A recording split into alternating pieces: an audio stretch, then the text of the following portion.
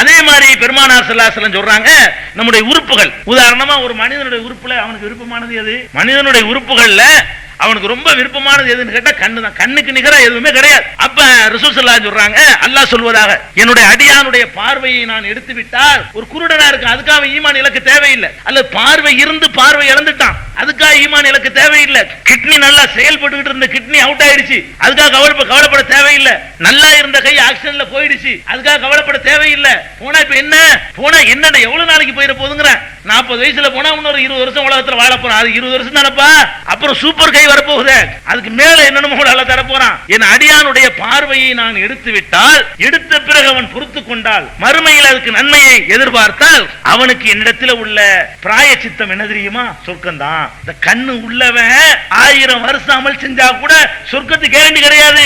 கண்ணை இழந்தவன் சபூர் செஞ்ச சொர்க்கம். யாரு இதுல பாக்கியசாலி? துன்பத்திற்கு ஆளானவர்கள் தான் பாக்கியசாலி. நீங்க விளங்கணும். எந்த அளவுக்கு ரசூலுல்லாஹ் சொல்றாங்கன்னா, ஒரு முஸ்லிமுக்கு ஏற்படுகிற பெரிய கஷ்டம், சின்ன கஷ்டம், பெருங்கவலை, சிறுகவலை, மன வேதனை, கவலை, காலில் தைக்கிற முள்ளு, இது எது ஏற்பட்டாலும் இல்லா கஃபரல்லாஹு பிஹா மின் ஹதாயாஹு, அவனுடைய பாவங்களை அல்லாஹ் அதன் மூலம் அழிக்கிறான். அப்படின்னா என்ன அர்த்தம்? அங்க உத கிடைக்கான்னு அர்த்தம். இப்படி எல்லாத்துலயுமே ஒரு எது நடந்தாலும் சரி, வாழ்க்கையில கீழே விழுந்தாலும் சரி, ஒருத்தன் அடிச்சாலும் சரி, உதச்சாலும் சரி, மிதிச்சாலும் சரி, தாவதூர் சொன்னாலும் சரி, நம்மளை துன்புறுத்தினாலும் சரி, நம்மளை மனவேதனைப்படுத்தினாலும் சரி, எது நடந்தாலும் சரி எல்லாம் நன்மை. இப்ப எப்படி நம்ம ஈமான் ஆடும்?